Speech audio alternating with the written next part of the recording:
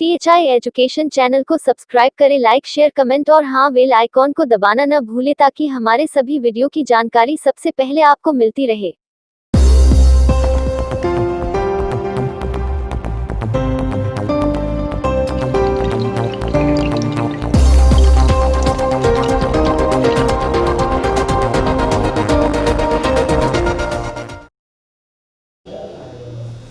Hello बच्चों, THI education channel में आपका स्वागत है। एक बार फिर से स्वागत है। कैसे हैं आप सब? हम समझ रहे हैं कि आप सब स्वस्थ होंगे और जो हमारी पिछली वीडियोस मिली हुई हैं उसका आनंद उठाए होंगे। आपका सहयोग जो मिल रहा है सराहनीय है। आगे भी हम आपके लिए लाभदायक वीडियोस रेगुलर देते रहेंगे। आप THI एजुकेशन चैनल के माध्यम से हमसे, हमारी टीम से जुड़कर अपनी पढ़ाई जो इस कोरोना काल में बड़ी डिस्टर्ब चल रही है उस पर लाभ उठाएं। तो बच्चों, हम कल सीखे थे किसी वैद्युत द्विध्रुव के कारण निरक्षीय स्थिति में वैद्युत क्षेत्र की तीव्रता। उससे पहले वीडियो में हम आप सीखे किसी वैद्युत द्विध्रुव के कारण अक्षीय स्थिति में वैद्युत क्षेत्र की तीव्रता। अब हम सीखने जा रहे हैं किसी वैद्युत द्विध्रुव के कारण किसी भी स्थिति में वैद्युत क्षेत्र की तीव्रता। किसी भी स्थिति का मतलब अक्षीय निरक्षीय तो होगा ही, उसके अलावा भी कहीं आपसे पूछा जाए तो आप कहीं भी वैद्युत क्षेत्र की तीव्रता बता सकते हैं। कैसे बता सकते हैं? सीखना है हमें। अब सीखने से पहले हम थोड़ी सी दोनों बातें फिर से रिपीट मार ले अपने दिमाग में कि अक्षीय स्थिति में r दूरी पर आप वैद्युत क्षेत्र की तीव्रता निकाले थे तो E बराबर आया था 1/4πε0 2p/r³। बच्चों, इतना तो याद है आपको वहां दिशा भी बहुत ध्यान से याद कराई गई थी। दिशा फिर से आप याद कर लें। दिशा याद कर लें कि द्विध्रुव की अक्ष के समांतर ऋण आवेश से धन आवेश की ओर। याद हुआ? द्विध्रुव की अक्ष के समांतर ऋण आवेश से धन आवेश की ओर। इसकी दिशा याद किए थे आप, माइनस से प्लस की तरफ अक्ष के समांतर। फिर ये तो अक्षीय स्थिति वाला था बच्चों। फिर हम निरक्षीय स्थिति में भी वैद्युत क्षेत्र की तीव्रता कल ज्ञात कर लिए थे। निरक्षीय स्थिति में वैद्युत क्षेत्र की तीव्रता आ गई थी 1/4πε0 p/r³। अब यहाँ भी थोड़ा सा ध्यान से याद कर लें भाई, p2p में ही केवल अंतर था, लेकिन दिशा चेंज हो जाती बच्चों। यहाँ दिशा क्या याद करनी है? द्विध्रुव की अक्ष के समांतर धनावेश से ऋणावेश की तरफ। तो यहाँ दिशा हम याद करेंगे धन से ऋण की तरफ।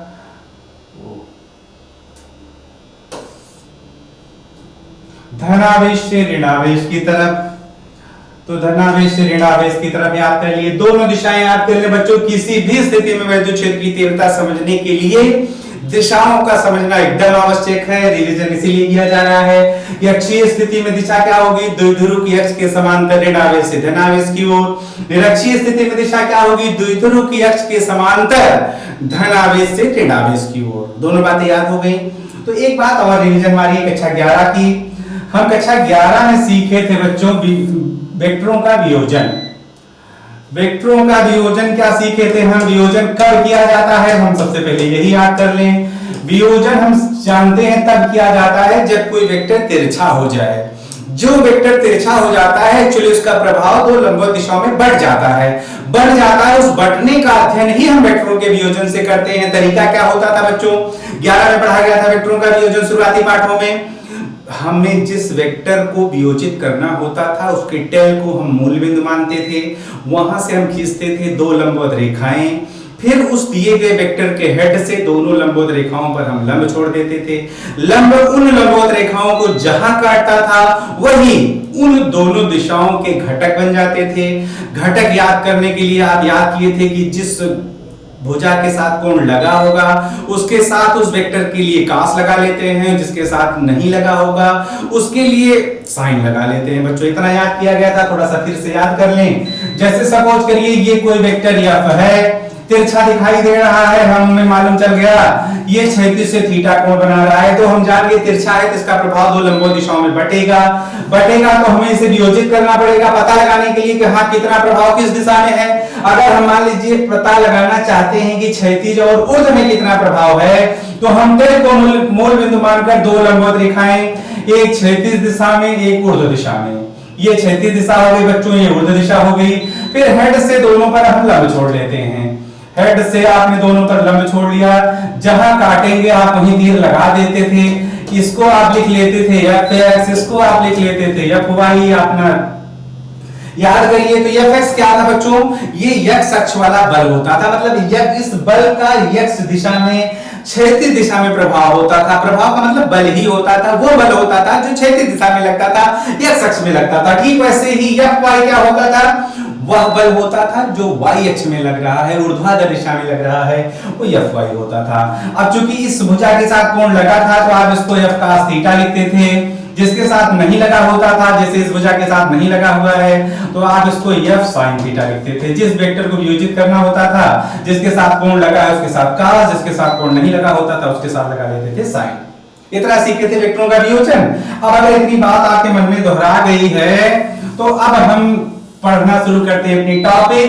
किसी वैद्युत द्विध्रुव के कारण किसी भी स्थिति में वैद्युत क्षेत्र की तीव्रता कैसे सीखेंगे बच्चों।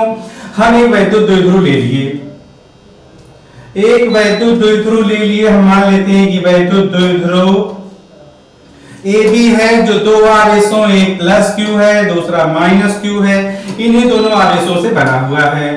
दोनों आवेश दिखा देते हैं। हम मान लेते हैं कि ये द्विध्रुव का मध्य बिंदु है और किसी भी स्थिति का मतलब हम मान लेते हैं कि मध्य बिंदु से r दूरी और थीटा कोण पर, r दूरी और थीटा कोण पर कोई स्थान P है बच्चों। उसी स्थान P पर आपको वैद्युत क्षेत्र की तीव्रता निकालनी है। निकालने के लिए क्या करना है, क्या समझना है आपको, इससे पहले समझ लें। हम मान लेते हैं कि इस वैद्युत द्विध्रुव AB का वैद्युत द्विध्रुव आघूर्ण P है। वैद्युत द्विध्रुव AB जो है उसका वैद्युत द्विध्रुव आघूर्ण P है। तो वैद्युत द्विध्रुव आघूर्ण भी आप जानते हैं बच्चों सदिश राशि होती है। इसकी दिशा भी आप जानते हैं कि द्विध्रुव की अक्ष के समांतर ऋण आवेश से धन आवेश की ओर। तो द्विध्रुव की अक्ष हम जानते हैं दोनों आवेशों को मिलाने वाली रेखा ही अक्ष होती है। अक्ष हम समझ गए कि BA अक्ष है और अक्ष के अनुदिश हम जानते हैं ऋण से धन की तरफ। हम मान लेते हैं ये दिशा हो गई P की। P का मतलब समझ रहे बच्चों, वैद्युत द्विध्रुव आघूर्ण। हम एक पॉइंट चेंज कर देते हैं बच्चों, इसको P की बजाय कुछ और मान लेते हैं, क्योंकि 2P हो जा रहे हैं। इसको हम मान ले रहे हैं, इसको हम यम मान लेते हैं। ये जगह यम है, हम मान लेते हैं कि मध्य बिंदु O से r दूरी और थीटा कोण पर कोई बिंदु यम है जहां आपको वैद्युत क्षेत्र की तीव्रता ज्ञात करनी है। अब ज्ञात करने के लिए क्या करना है वो आप बैठा लीजिए। आप उस वैद्युत द्विध्रुव आघूर्ण को दो लंबवत दिशाओं में वियोजित कर देंगे। वियोजित करना अभी सीखे हैं, फिर से समझ लें कि टेल को मूल बिंदु मानकर दो लंबवत रेखाएं खींच देंगे, फिर हेड से दोनों पर लंब छोड़ देंगे, वियोजन हो जाएगा। वियोजन जैसे ही होगा, ध्यान से देखेंगे तो आप पाएंगे कि जो वैद्युत द्विध्रुव आघूर्ण के दोनों घटक मिले, जो बिंदु यम है हमारा, वो एक घटक की अक्षीय स्थिति में होगा जबकि दूसरे घटक की निरक्षीय स्थिति में होगा। तो एक घटक जिसके अक्षीय स्थिति में होगा उसके कारण वैद्युत क्षेत्र की तीव्रता आप पढ़े हुए हैं, दिशा पढ़े हुए हैं, निकाल लेंगे। फिर जिसकी निरक्षीय स्थिति में होगा उसके कारण भी वैद्युत क्षेत्र की तीव्रता निकाल लेंगे, उसकी दिशा निकाल लेंगे, और जो परिणामी वैद्युत क्षेत्र की तीव्रता होगी वो दोनों वैद्युत क्षेत्र की तीव्रताओं के सदिश योगफल के बराबर हो जाएगी। फिर से सुन लें क्या करना हमको। हम सबसे पहले दिए गए वैद्युत द्विध्रुव के द्विध्रुव आघूर्ण को दो लंबवत दिशाओं में वियोजित करेंगे। कौन दो लंबवत दिशाएं होंगी? एक होगा अक्ष के अनुदिश और एक होगा अक्ष के लंबवत। जैसे ही वियोजित करेंगे हम पाएंगे कि जो हमारा बिंदु यम है वह एक घटक की अक्षीय स्थिति में हो जाएगा और दूसरे घटक की निरक्षीय स्थिति में हो जाएगा। चूंकि आप अक्षीय निरक्षीय दोनों स्थितियों में वैद्युत क्षेत्र की तीव्रता पढ़े हुए हैं, तो दोनों वैद्युत क्षेत्र की तीव्रताओं को ज्ञात करेंगे, उनकी दिशा ज्ञात करेंगे, और जो परिणामी तीव्रता होगी वो दोनों तीव्रताओं के सदिश योगफल के बराबर होगी। तो देखिए किया जाए, हम मान लिए भाई ये P है, इसको दो लंबवत दिशाओं में वियोजित करना है। तो एक हम ले रहे हैं भाई OM के अनुदिश और एक ले रहे हैं OM के लंबवत। OM के लंबवत हम ये दिशा ले रहे हैं। चलिए अब ले लिए, हम जान गए कि ये टेल मान लिए, हाँ ये वैद्युत द्विध्रुव आघूर्ण P का टेल है। टेल को मूल बिंदु मानकर दो लंबवत रेखाएं खींची गई हैं। एक खींचा गया है OM जो मिलाने वाली रेखा थी उसके समांतर, और एक लिया गया उसके लंबवत। अब हेड से दोनों पर लंब छोड़ दीजिए। लंब छोड़ेंगे बच्चों तो एक घटक आप सपोज करिए यहां मिल जाता है, एक घटक सपोज करिए यहां मिल जाता है। तो ये कितना हो जाएगा आप हमें बता दें। हम जान रहे हैं इस भुजा के साथ इस घटक के साथ कोण नहीं लगा हुआ है, जिसके साथ नहीं लगा होता है उसके साथ आप साइन लगाते हैं, तो ये P sin थीटा हो गया। इस के साथ कोण लगा हुआ है, यहां तीर लगाएंगे आप, कोण लगा हुआ है तो हम समझ रहे हैं ये घटक p cos थीटा हो गया। अब बच्चों p sin theta p cos theta फिर से विचार कर लें, p sin theta p cos theta p के ही घटक हैं। अगर p sin थीटा के बारे में आप सोचें तो p sin थीटा भी किसी वैद्युत द्विध्रुव का द्विध्रुव आघूर्ण है, उस वैद्युत द्विध्रुव का द्विध्रुव आघूर्ण होगा जिसका ऋण ऊपर होगा धन नीचे होगा। क्योंकि आप जानते हैं कि द्विध्रुव आघूर्ण की दिशा ऋणावेश से धनावेश की ओर होती है। ठीक वैसे ही p cos थीटा भी एक वैद्युत द्विध्रुव का द्विध्रुव आघूर्ण होगा जिसका ऋण इस तरफ होगा और धन इस तरफ होगा।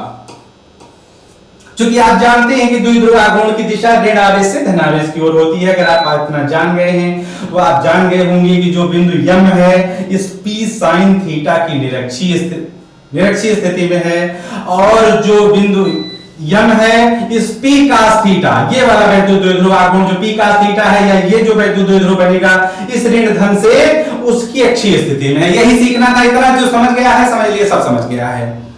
हमने कहा था कि आप p को वियोजित कर लेंगे तो पाएंगे कि बिंदु यम एक घटक की अक्षीय स्थिति में होगा। तो किसकी अक्षीय स्थिति में है? p cos थीटा की। भाई आप ये अक्ष है, सीधी रेखा है, p cos थीटा की अक्षीय स्थिति में हो गया, और ये जो p sin थीटा है हम समझ रहे हैं उसकी लंबार्धक रेखा पर है, इसलिए इसकी निरक्षीय स्थिति में हो गया। तो p cos थीटा की अक्षीय स्थिति में है तो एक बार p cos थीटा के कारण आप बिंदु यम पर वैद्युत क्षेत्र की तीव्रता उसकी दिशा, और एक बार p sin थीटा के कारण बिंदु यम पर वैद्युत क्षेत्र की तीव्रता और उसकी दिशा, जो परिणामी वैद्युत क्षेत्र की तीव्रता होगी वो दोनों वैद्युत क्षेत्र की तीव्रताओं के सदिश योगफल की बराबर होगी। बच्चों तो क्या किया जाए, आप लिख देंगे, इतनी बात समझा देंगे कि भाई वियोजित करने के बाद बताएंगे कि बिंदु यम द्विध्रुव आघूर्ण p cos थीटा की अक्षीय स्थिति में होगा जबकि p sin थीटा की निरक्षीय स्थिति में होगा। अतः एक एक के कारण बारी बारी निकालिए। द्विध्रुव आघूर्ण p cos थीटा के कारण, p cos थीटा के कारण बिंदु यम पर वैद्युत क्षेत्र की तीव्रता, बिंदु यम पर वैद्युत क्षेत्र की तीव्रता, हम मान ले भाई वैद्युत क्षेत्र की तीव्रता E1 है तो E1 बराबर क्या लिखेंगे, 1/4 पाई एप्सिलॉन 0। अक्षीय स्थिति याद करिए, अक्षीय स्थिति में हम पढ़े थे वैद्युत क्षेत्र की तीव्रता E बराबर 1/4 पाई एप्सिलॉन 0 2p बटे r क्यूब। अब p वाला रोल p cos थीटा कर रहा है बच्चों, तो हम यहाँ लिखेंगे 2p cos थीटा अपान हो जाएगा r क्यूब। कोई दुविधा नहीं, यहाँ दिशा आपको याद करनी है, समझनी है। एक बार दिशा समझ ले का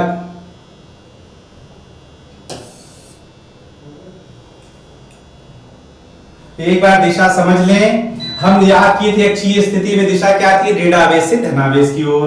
तो हम ऋणावेश से धनावेश का मतलब क्या कह सकते हैं, भाई ऋण इधर है धन इधर है, तो ऋणावेश से धनावेश का मतलब OM के अनुदिश। हम दिशा लिखते हैं OM के अनुदिश। चलिए दिशा दिखा दीजिए, आप बना दीजिए दिशा। दिशा बनाने के लिए हम उस वेक्टर को दिखाने के लिए किसी दूसरे कलर का प्रयोग कर रहे हैं, ध्यान से समझें। ये है दिशा E1 की, समझ रहे हैं सब। E1 की दिशा हम जान रहे हैं भाई ऋणावेश से धनावेश की ओर है, तो ऋण नीचे है धन ऊपर है, ऋण से धन की तरफ E1 की दिशा दिखा दी गई। अब चलिए अब द्विध्रुव आघूर्ण जो दूसरा वाला है उसके कारण याद करते हैं। द्विध्रुव आघूर्ण p sin थीटा, द्विध्रुव आघूर्ण p sin theta, p sin theta के कारण बिंदु यम पर वैद्युत क्षेत्र की तीव्रता, बिंदु यम पर वैद्युत क्षेत्र की तीव्रता,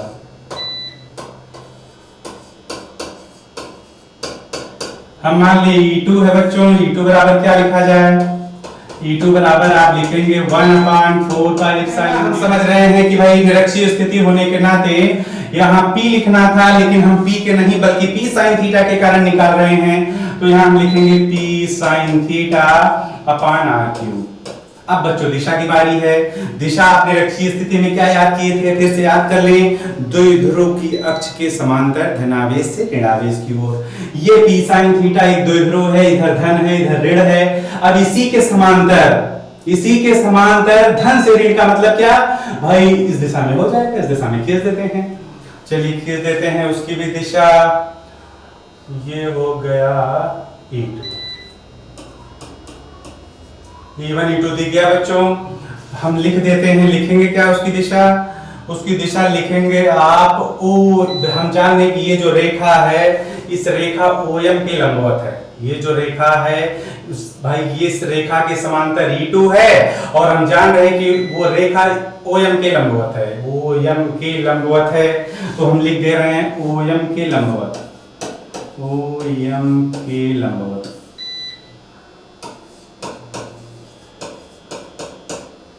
चलिए दिशा हो गई बच्चों, दिशा दोनों समझ गए हम कि हाँ, एक बार P sin थीटा के कारण वैद्युत क्षेत्र की तीव्रता आ गई, P cos थीटा के कारण वैद्युत क्षेत्र की तीव्रता आ गई। दोनों देख रहे हैं एक दूसरे से कितना कोण बना रहे हैं, कोण दिखाई दे रहा होगा तो कोण 90 अंश का बन रहा है, कोण 90 अंश का बन रहा है। तो आप ये जानते हैं कि यदि दो वेक्टर एक दूसरे के लंबवत होते हैं तो उनका परिणामी root P square plus Q square होता है, और दिखाया जाता है बनने वाले समांतर चतुर्भुज के विकर्ण से। तो आप समझाएंगे चूंकि E1 व E2 एक दूसरे के, चूंकि E1 व E2 एक दूसरे के लंबवत हैं, एक दूसरे के लंबवत हैं, अतः बिंदु M पर परिणामी तीव्रता, बिंदु M पर परिणामी तीव्रता, परिणामी तीव्रता हम मान लें कि भाई E है, तो E बराबर हम समझ रहे हैं भाई दोनों लंबवत है, root P square plus Q square, P वाला रोल E1, Q वाला रोल E2 कर रहा है, तो E बराबर हम समझ गए E1 square plus E2 square. बच्चों E1 E2 का मान आप निकाल चुके हैं, E1 बराबर आया था इतना, E2 बराबर आया है इतना। E1 E2 का मान रख दीजिए, E1 व E2 का मान रखने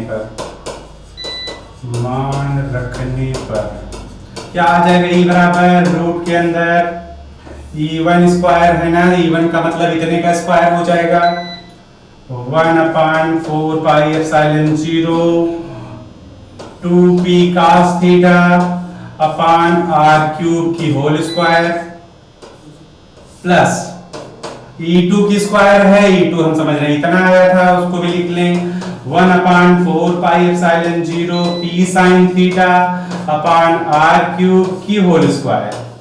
अब कुछ कॉमन दिख रहा होगा बच्चों, 1/4 पाई एप्सिलॉन 0 p बटे r क्यूब दोनों में है, दोनों में है तो कॉमन ले लीजिए।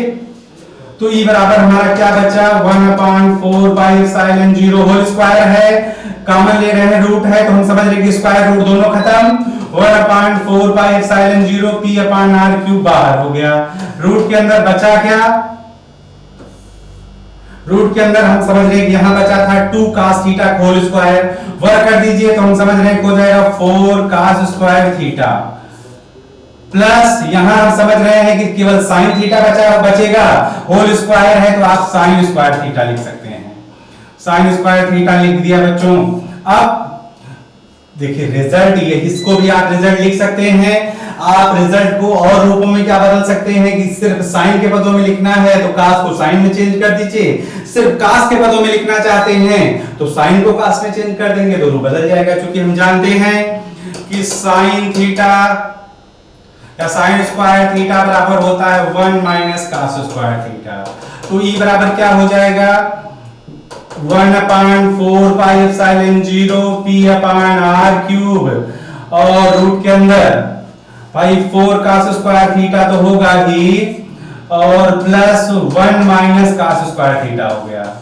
अब हम समझ रहे हैं कि भाई 4 cos स्क्वायर थीटा में से cos स्क्वायर थीटा कम हो जाएगा तो हमारा e बराबर बचेगा, cos के पदों में लिख रहे हैं e बराबर 1/4 pi epsilon 0 p upon r cube और हमारा रूट के अंदर बचा 4 का स्क्वायर थीटा में से 1 का स्क्वायर थीटा कट गया है, हमारा 3 बचा हुआ है, हम लिखेंगे 3 cos square theta, 3 cos square theta plus 1।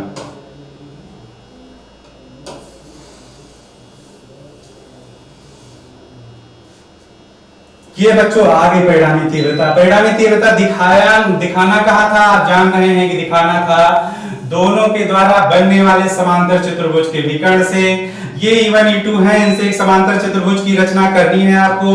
समांतर चतुर्भुज आप जान रहे हैं कि समांतर चतुर्भुज बना दीजिए आप इनसे।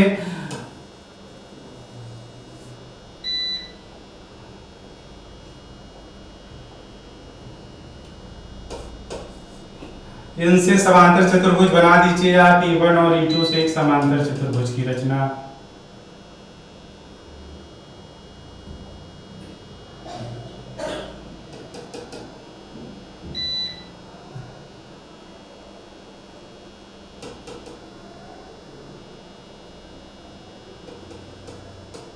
ये हो गई दिशा।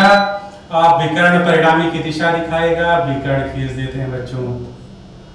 ये हो गई दिशा परिणामी वैद्युत क्षेत्र की तीव्रता। परिणामी वैद्युत क्षेत्र की तीव्रता हम मान लेते E है, दिखा दिया गया। हो सकता है आपसे कोण पूछा जाए, तो अगर हम मान लें कि परिणामी वैद्युत क्षेत्र की तीव्रता OM की दिशा से फाई कोण बनाए, तो बच्चों चित्र से आप समझ रहे होंगे tan फाई निकालना होगा। ये E2 है तो ये भुजा भी E2 होगी। एक बार हम फिगर फिर से बना देते हैं।